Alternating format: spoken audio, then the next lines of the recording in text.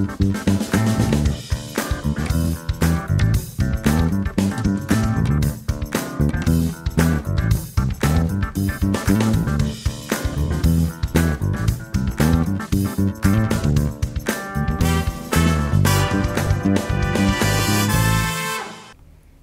and welcome to the Heart of the Matter. My name is Abisoye. And I'm Adiolu Adefras, and we're both here with Dr Itunu Akinware, CEO of Medbury Medical Services. And she has a pretty amazing story of how she got there. How did that happen? What's the story behind that? Okay, thank you very much for having me here. It's a pleasure to be here, right? It's interesting that you find my story inspiring. Okay, so Medbury is a healthcare group that is interested in improving healthcare in Nigeria, basically. That is why we are set up. There are a couple of businesses that we're in the healthcare space. One of it is providing workplace health solutions to various industries and various companies. And one of the other businesses that we run now is providing primary healthcare services to the bottom of the pyramid, really. So I mean, essentially people that cannot afford it, you know. So how did we get here? Medbury has been around for a couple of years, and I would say it was a bit of an accidental discovery for me. I was a youth corper, and then I got a call from a friend of mine who said there was a hospital that had a bit of financial problems, and they were looking for a medical doctor to come in and provide services to their clients. And I've always been a bit of I've always loved challenges, right? When everybody's running away from something, I'm always running towards it. So I got on board. I was a junior medical officer, and true to what they had said, the business had a couple of problems. At the time, it was called Innovative Medical Services, and it was run by an expatriate at the time. So I got in.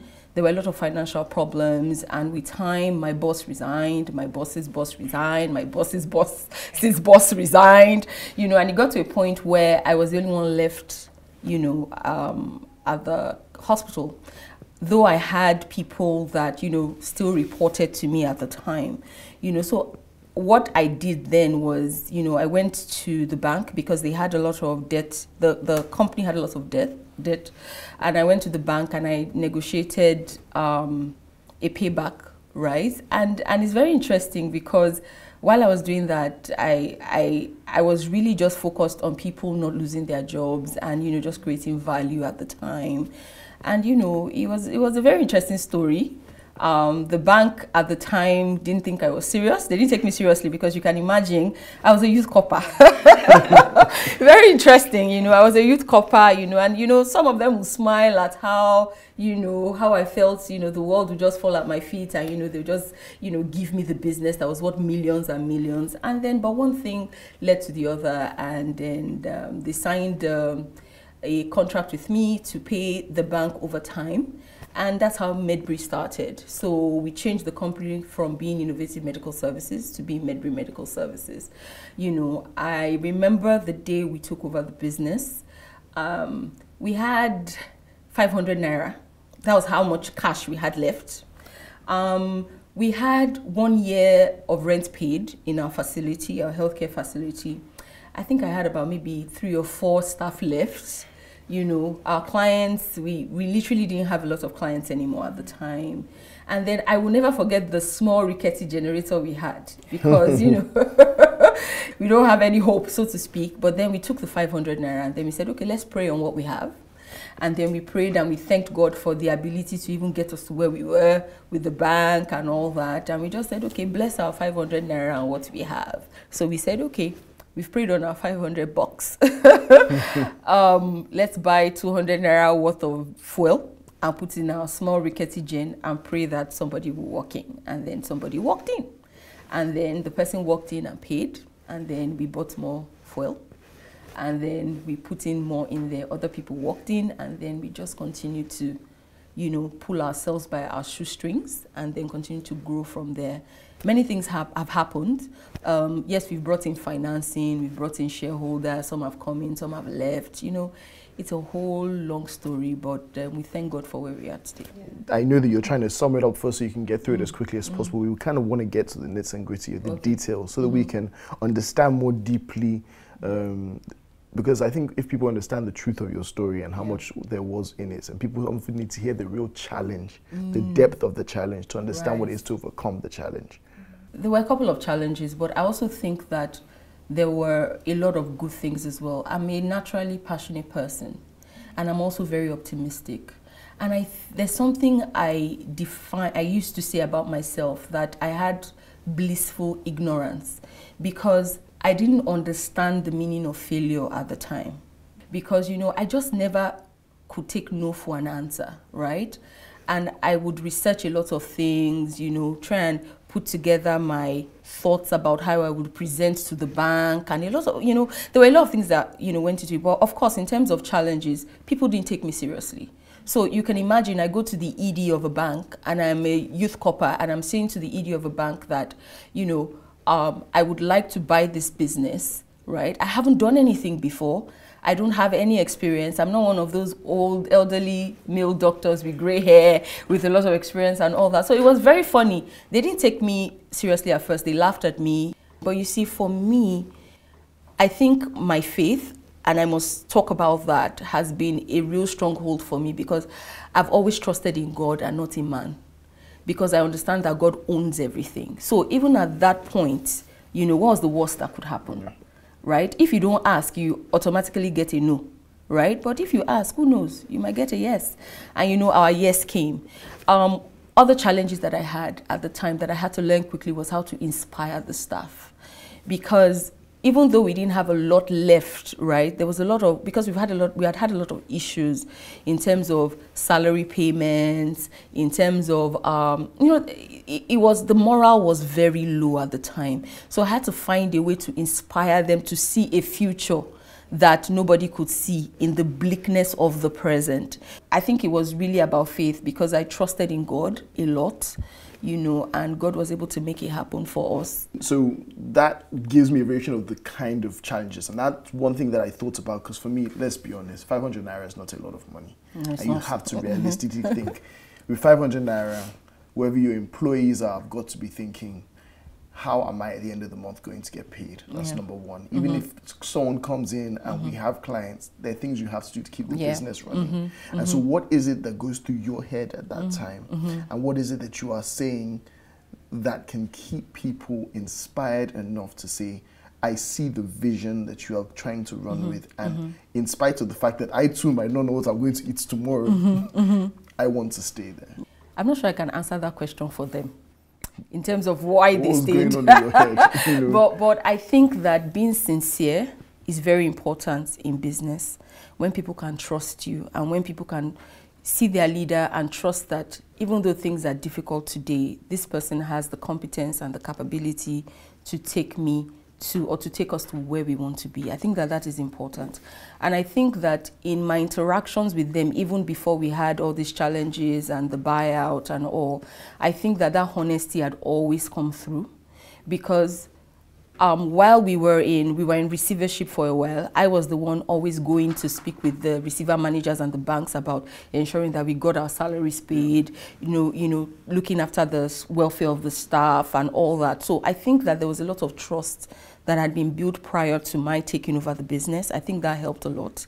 Also, vision is very important, right? And one of the things that God had blessed me with very early on is the vision of one of the things, what I wanted to create in healthcare in Nigeria.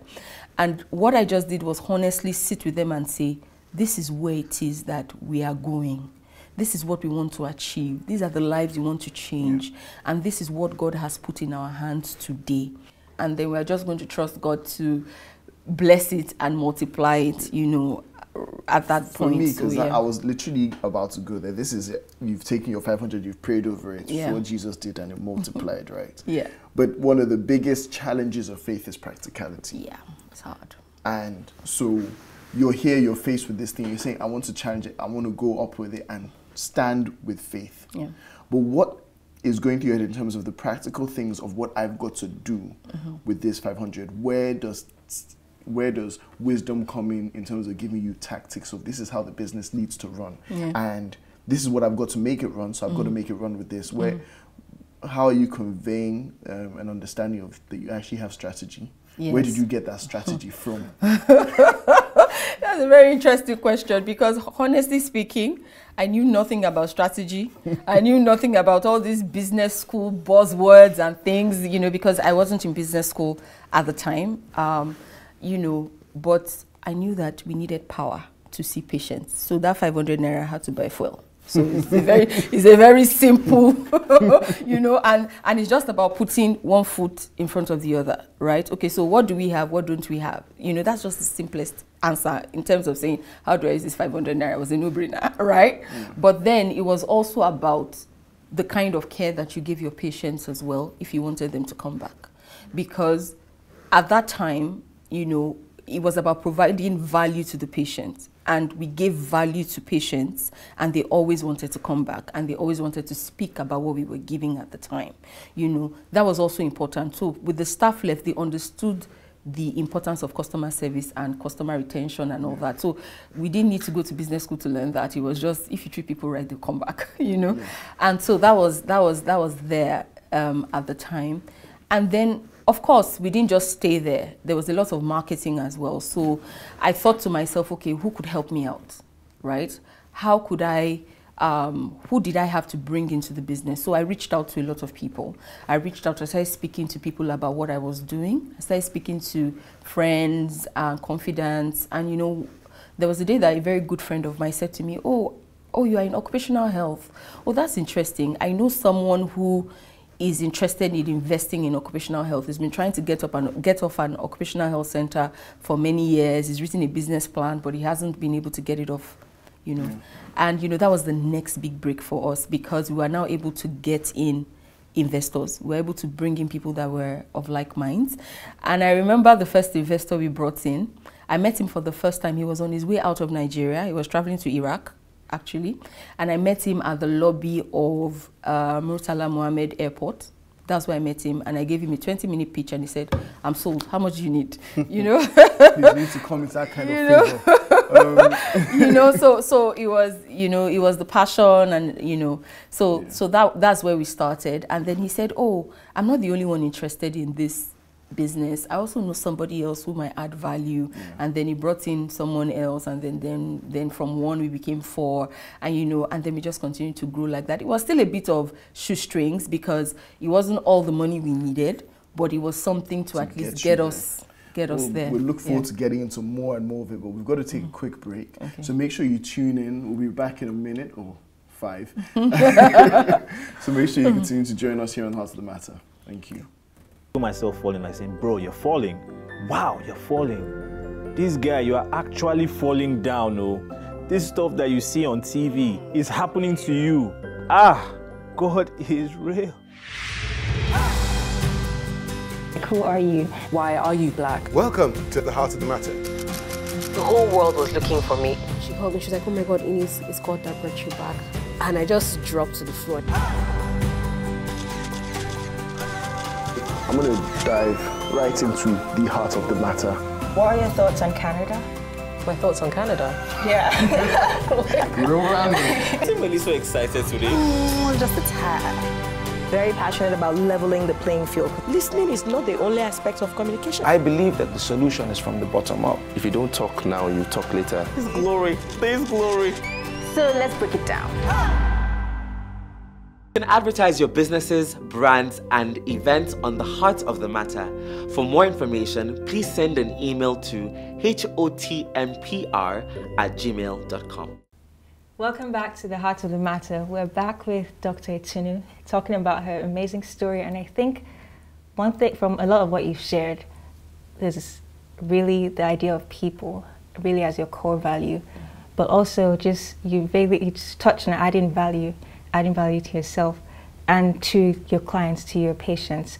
And I think also from a do it afraid story of actually starting to a point where you're growing, there's a point where it's like, oh, you hit maybe a peak and you need to know more, you need to get more. So what was that story like for you, getting to a point where it's like more knowledge or more of this? And okay, so when I was in final year in medical school, I always knew I wanted to do an MBA. It was clear in my mind. In fact, the only reason why I went to serve and had my housemanship done was because I realized that I needed to do that to get into an MBA program. It's very interesting because my MBA degree is another do-it-afraid story. Because I remember when I went to my dad and I said, oh, it's going to cost so and so millions of naira. I was like, huh? He said, look, go and work. Forget all this, you know. I sent you to be a doctor. I don't know why you're going to do an MBA. It was very interesting, you know. But the beautiful thing with Lagos Business School is that you can start with just I think, maybe like 5% of, you can put down a down payment. And I remember how I hustled to get that down payment. I did all sorts of things. I did interior design. I made curtains for someone. I did, you know, just so that I could get the money together. And I paid the 500,000. And that was all I had at the time. It's very interesting because I was in the Lagos Business School for 2 years. Now, this is a secret. Obviously, it's becoming an open... for 2 years, open secret. And nobody ever walked up to me to say, you are owing. But I was owing. There were times where I would say to my husband, somebody's going to find me out. Somebody's going to come and say I can't come to class anymore and all that. And it's very, very interesting. We had graduated, or we were just about to graduate. We had finished our exams. And then my husband got a call from some random number that said, oh, hello, Mr. Akinware. I just want to let you know that, you know, we have changed your accounts officer from somebody to someone. He's like, which accounts officer? What? Apparently, he had bought some shares. You know, those times everybody was buying shares that, you know, and those shares had appreciated. So he said, hey, how much do I have? When they told him it was my MBA fees plus 30,000 naira exactly. And that's one way that God has really showed himself. You know, he really showed himself in my life because I just did it afraid, to be honest. I just took a leap and I just kept going to class and I just kept learning. And, you know, when it was time to pay, God miraculously provided the money. That's important for me to talk about in terms of my faith and, you know, my work and all that. But yes, in terms of having an MBA, I would say that it is life-changing. Right? It's transformative. It really helped me. And because I was managing a business while also studying for my MBA, it was very practical, you know. So they teach us something in school, I'm like, oh my God, I'm going to go and do that. Or they teach us something and I'm able to sort of like contribute meaningfully because I'm going through the same thing. So continuous knowledge is never ending. You have to keep developing yourself or else you will move ahead. One thing I wanted to ask, and I believe in the power of a name. Yeah. Was there a reason behind it, and what do you think, what value do you believe that has represented? Medbury, to be honest, the way we came about Medbury is that we have one of my partners that joined the business early on had always had a dream that he had been nursing for years and years and years. And the name that he had in his mind was Medbury. I honestly don't know where he got it from. And then I remember 3 of us, there was a time we were having a meeting, and then we were like, okay, we are all investing in this business. Okay, what do you call the name of the business? Well, I'm like, really, I'm not particular, but this is someone who had dreamt about the name, somebody who had, you know, built an empire with the name. You know, when you are daydreaming and, you know, he had put a lot of things down and he had loved that name. He was so passionate about it. So it was a no-brainer. You have your name, you know, you just put it there. Was there a reason that you felt the name needed to change?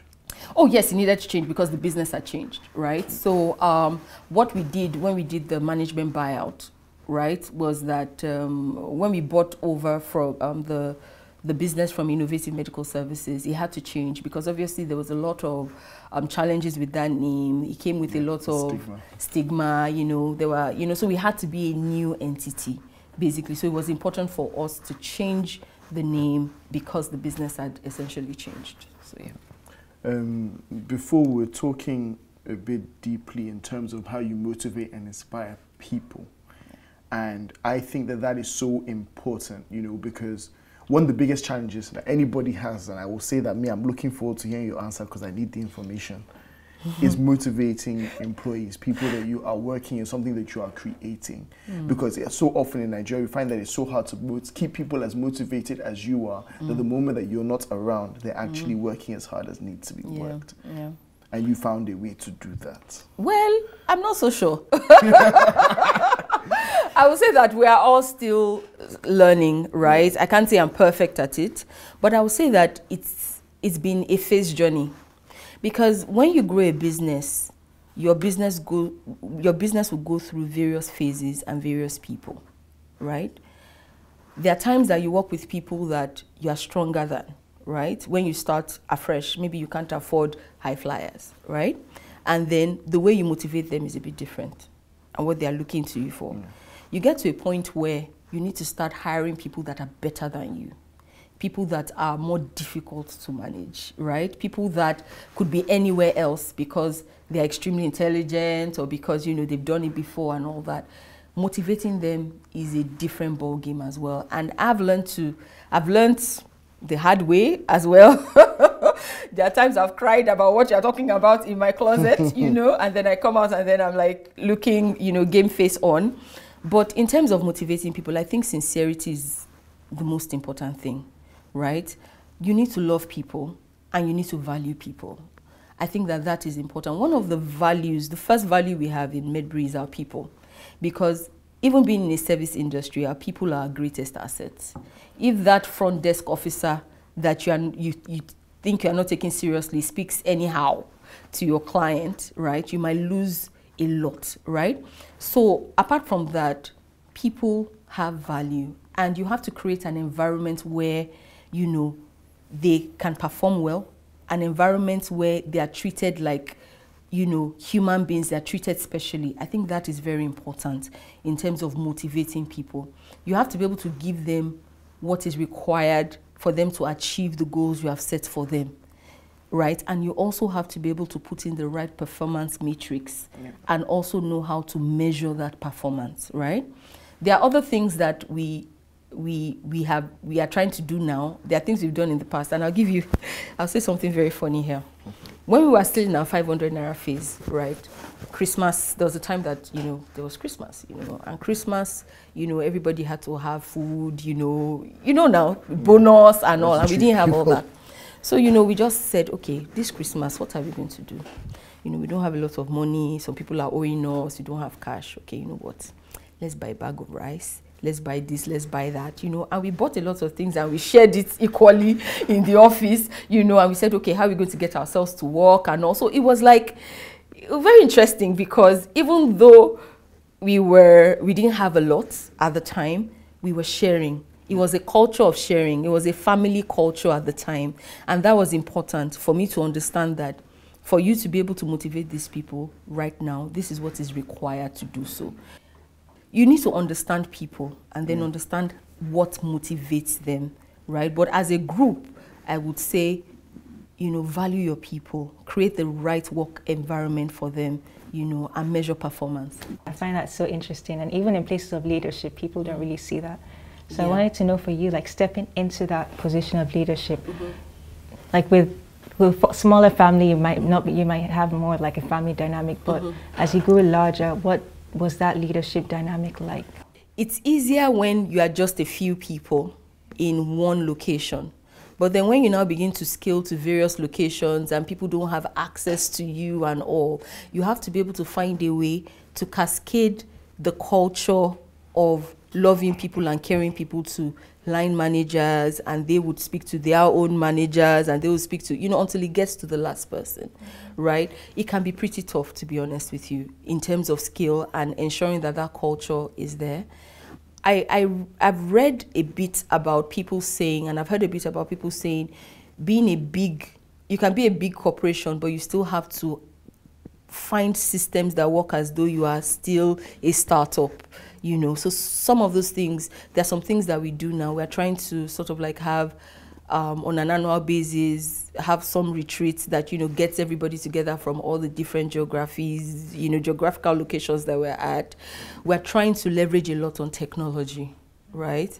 Leverage a lot on technology in terms of training. So once a week, everybody gets on go-to meetings or gets on some webinar or stuff like that. And then even though I'm in Lagos and somebody else is in Ibadan and somebody else in Abuja or whatever, they all get together, they meet each other and all, just to continue that culture, right? We do a lot of training, and we want to continually invest in training.